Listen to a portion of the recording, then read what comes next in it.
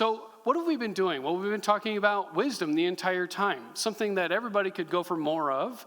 And it's a skillful application of knowledge. So we got to draw all these things together, use a God-centered lens on those things, and then apply it. Because wisdom usually isn't wisdom without some application, without some opportunity to exhibit wisdom in various scenarios, whether it's at your work, in your families, in your walk with God, interactions with people in the community. So we've touched on several topics so far: indulgence, time, eternity, politics, labor, friendship, wealth, honor, satisfaction, authorities, and retributional justice.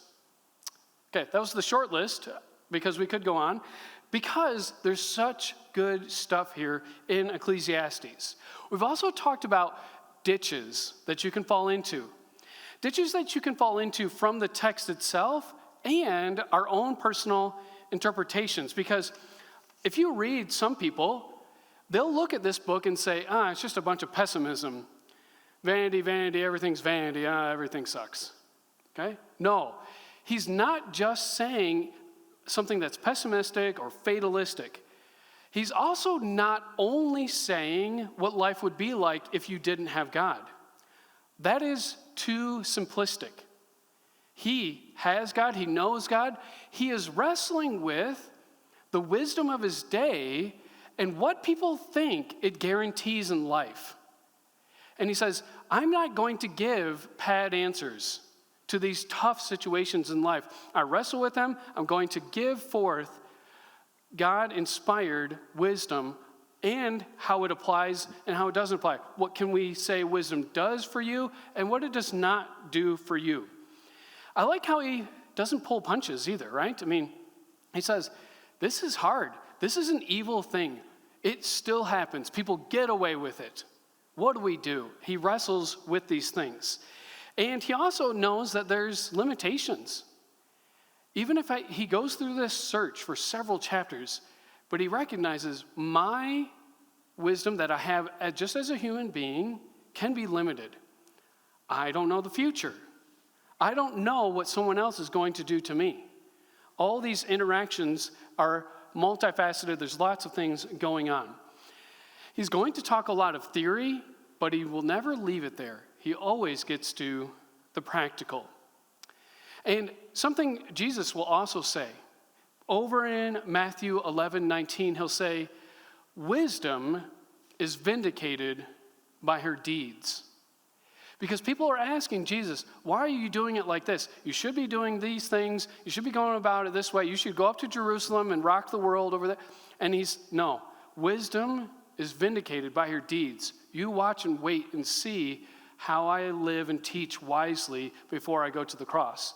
If it's something he's doing, it's something we are well encouraged to do also. So let's look at Ecclesiastes 10:12 down to the middle of 14, and tonight we'll finish the chapter. Okay, Ecclesiastes 10:12 to 14. Words from the mouth of a wise person are gracious, while the lips of a fool consume him. The beginning of his talking is foolishness, and the end of it is evil insanity. Yet the fool multiplies words. So another comparison and contrast of the fool and the wise. Again, some things Jesus will say. Over in Luke 6:45. You don't have to turn there. I got a couple of them. He says this in 3 different gospel accounts, and it's almost the same type of thing. Listen to the repeat. Luke 6:45. The good person out of the good treasury of his heart produces good, and the evil person out of his evil treasury produces evil, for his mouth speaks from what fills his heart. Of the overflow of his heart, the mouth speaks. Matthew 15:18, 19 says very similar. But the things that come out of the mouth come from the heart, and these things defile a person. For out of the heart come evil ideas, murder, adultery, sexual immorality, theft, false testimony, and slander. Similarly, Mark 7:21, for from within, out of the human heart, come evil ideas, sexual immorality, theft, murder, adultery, greed, evil, deceit, debauchery, envy, slander, pride, and folly. All these evils come from within and defile a person. So this foolish person that keeps on talking, they make it evident, right?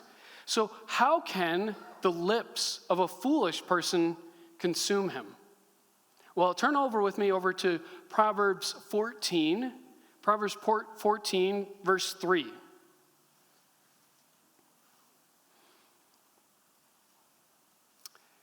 It's going to reinforce what's said right here. It says, in the speech of a fool is a rod for his back, but the words of the wise protect them. How many of you have heard this saying? What goes around comes around. Okay, the fool continues to spout folly, right? He doesn't stop talking, continues to blab and blab. He multiplies his words. And what's going to probably happen? With a lot of words come what? Lots and lots of drama probably. And lots of things to come back onto the fool. It's a rod for his back. It's firm, it's discipline. But do you think the fool is going to listen to that discipline? He might, right? If he does, what does he become? Wise. But in the heart of the fool, right, out of his heart comes all these other things. And if he doesn't, he will continue to show himself to be a fool. And he will continue to repeat the same things, the same broken things that he goes after and keeps chasing after. We'll talk about in a couple more minutes. So how about the benefit of the mouth of the wise? This is a proverb my wife and I were reading through, because we're reading through Proverbs. We started in chapter 10. We're just reading a couple every night. Proverbs 10, 20 to 21. What the righteous say is like the best silver, but what the wicked think is of little value. The teaching of the righteous feeds many, but fools die for lack of wisdom. So we keep talking about this. You're getting the benefit of the doubt. You're coming because you want to be wise, right?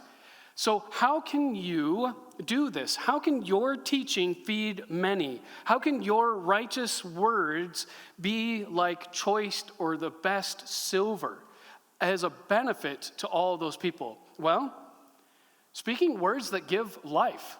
Because what will give that life? It will be speaking the truth in love to that situation. And if they want to listen to it, okay.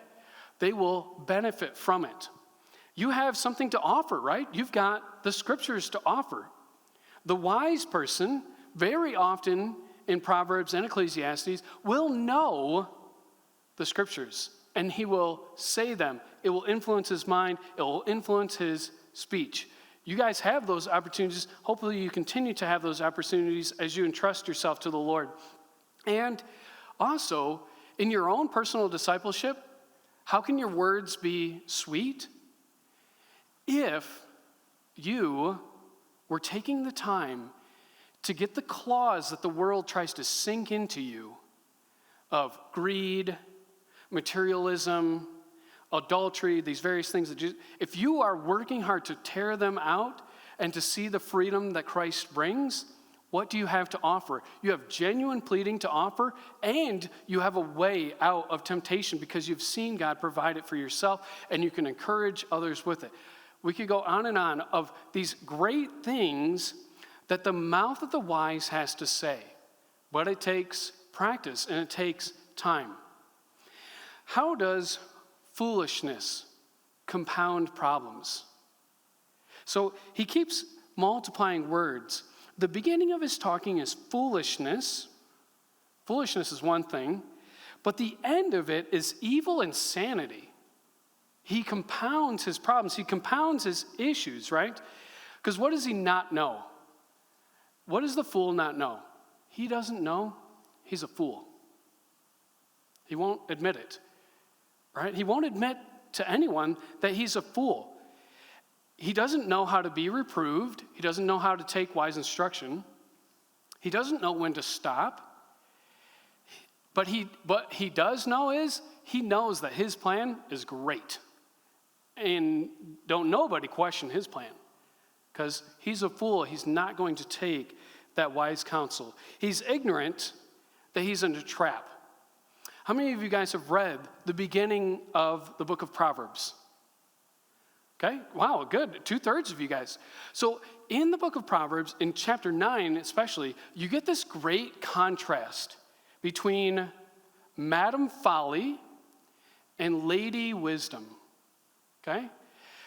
Madam Folly and Lady Wisdom. They're personified as women because it's instruction written to a man. Well, if you're writing to a man, you're going to talk about women, maybe he'll pay attention, okay, especially if it's a young man. What does Lady Wisdom do? Lady Wisdom is going like this. Hey, come over to me, listen to me. I have wisdom to offer you. I've got discernment, I've got truth, I've got righteousness. I've got a long list of qualifications. You can look to all the people who have lived by me and see their good life, right? On top of that list of qualifications and references is the Lord. It says, the Lord used wisdom in his creation of the world. Well, if God is doing that, hey, pay attention. This is something worth your time. And the beginning of wisdom is to fear the Lord, and acknowledging the Holy One is understanding. Wisdom also has on its resume that because of me, your days will be many and years will be added to your life. If you are wise to your own advantage, to take heed to what Lady Wisdom has to say. On the other hand, Madam Folly is brash, arrogant, naive, and ignorant. And she's portrayed as, well, how do we say this nicely? I'm thinking of a word that starts with T, okay? She's not portrayed in a good light. She is shown to entice, and when she does enticing, she says, hey, you simple people, also known as calling you an idiot, come to me. And when she calls out, what people actually respond. It's like, oh, hey, you idiot, come over here, I've got something nice for you. But what is it? Those people who have already gone in, there's this great picture there. Those people who have already gone in have gone down in the depths of the grave, like an ox has gone to a slaughter. But since you're outside and trying to entice people to come in, those people who are trying to come in, they don't know that those guests that have already walked through her door are in the grave. They've already ruined their lives. And they need to call out to the Lord for a chance to redeem their lives and put their ashes back together, and God can do that. But it's an amazing contrast. Shouting of something that should be paid attention to versus just gentle enticement and calling you names to your face. But people go. And only a few people go. I think this language here and in Proverbs is so strong to help us to see that we're not going to ride the fence. We don't say 1 foot in the world and 1 foot in with the Lord. We don't say 1 foot in foolishness and 1 foot in wisdom. It's a strong encouragement to plead, go the way of wisdom. Begging and pleading with going the way of wisdom. So, let's look at the next couple of verses here. Finishing verse 14 and then on to 15. No person knows what will happen, and who can tell him what will come after him?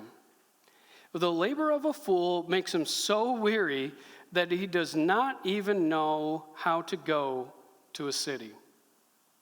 So what is that? That verse 14, that's a pretty true statement, right?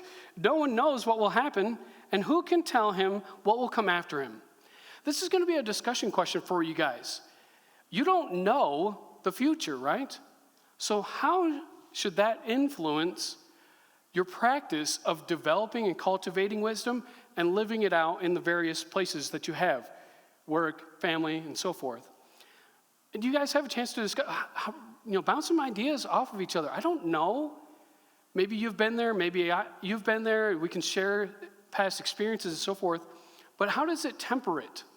Okay? There's lots of good answers to this question. If I don't know the future, I know God knows the future. He's not going to tell me what happens tomorrow on a silver platter, but I know who he is, and how do I go about this? How do I live wise even though I don't get to know all things about the future? All right? You can cut the odds at various tragedies. You could cut the odds of drama coming back on you and so forth, doing wisdom and applying it now instead of waiting for those broken pieces, okay? But look at verse 15 again. The labor of a fool makes him so weary that he does not even know how to go to a city. This guy doesn't even know enough to come out of the rain. Wow, that's such a marker for a fool to say, you don't even know to come in? What do you, don't continue to do that out there. But the previous verse was his words, the fool's words, and now his actions. His fool's and his actions match, right?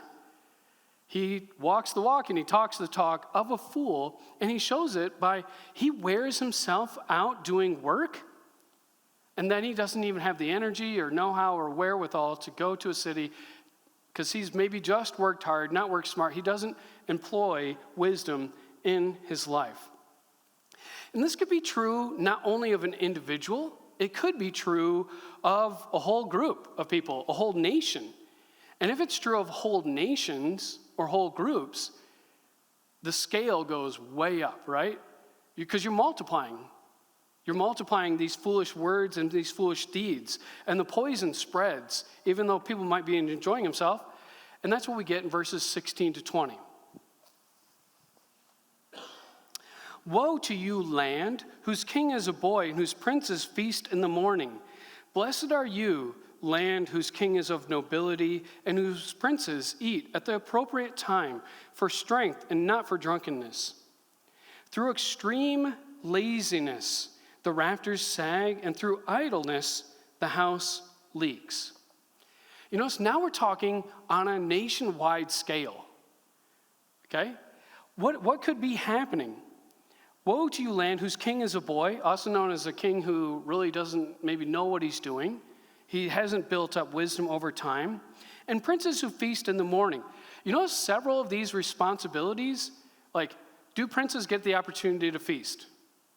Sure, I mean, they're a prince, they have the resources. They do not know the right times, places, and how to go about their massive responsibility as rulers and leaders in the land. So, how many of you have ever watched the movie Gladiator? Okay, I was hoping because, I don't know if you guys know that. That's 20 years old. It's over 20 years old. Okay? Not that anybody just dated yourself at all. Okay? But in that movie, the emperor dies, and then his son, how many of you know his son is the bad guy? Yes, the son's the bad guy. He's kind of crazy too. I would clearly label him as a fool. As soon as his father dies, he sets up 150 days of games, sport, feasting to commemorate the loss of his father. What is that going to do to the empire? It's going to drain its resources, right? And what's he doing while he's attending and watching all these games? He's probably not dealing out matters of justice. I think it's a great visual example. He can be running the empire into rack and ruin. But everybody's entertained, right? Oh man, everybody's entertained. You deplete the nation's funds, and the house, here, the nation, it weakens. And then what did some of these rulers have to say? Verse 19, people prepare a meal for enjoyment, wine makes life joyful, and money is the answer to everything. Have you ever heard a leader say that? No. Money is the answer to, no leader ever says that. Money is the answer for everything, okay? We're not talking about, one administration versus another. But because leaders have said that, and what is Commodus doing in that movie?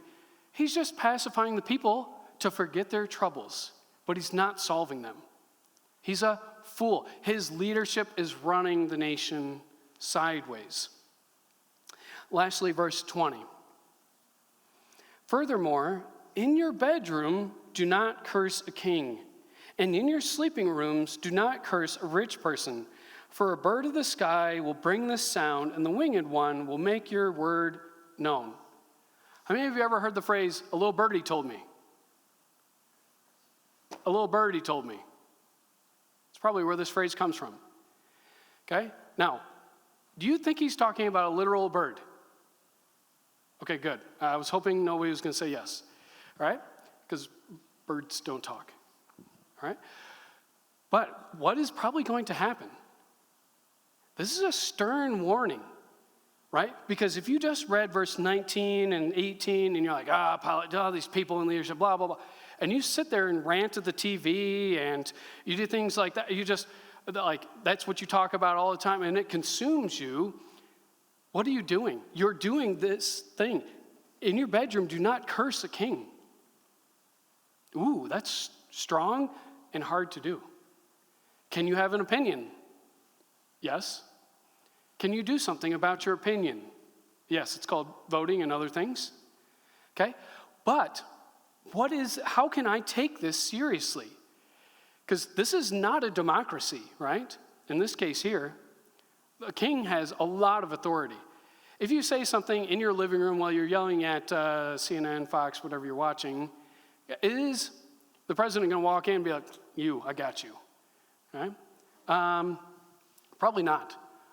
But does God see that? Did he put it here for a reason? Because what might happen? Okay? Inciting riots and so on and so forth. The bird of the sky will bring the sound, and the winged one will make your word known. Can we say what's good and true for a nation? Well, sure. I hope you do. How do we say it? When do we say it? What action? And how do we take this warning to heart? I'm going to leave that for more of a discussion in your group. But I wanted to spend more time on that verse because it's easy to gripe about the previous verses. We could spend hours and hours doing that, but other hours of holding our tongue, just like Pastor Wes brought up on Sunday.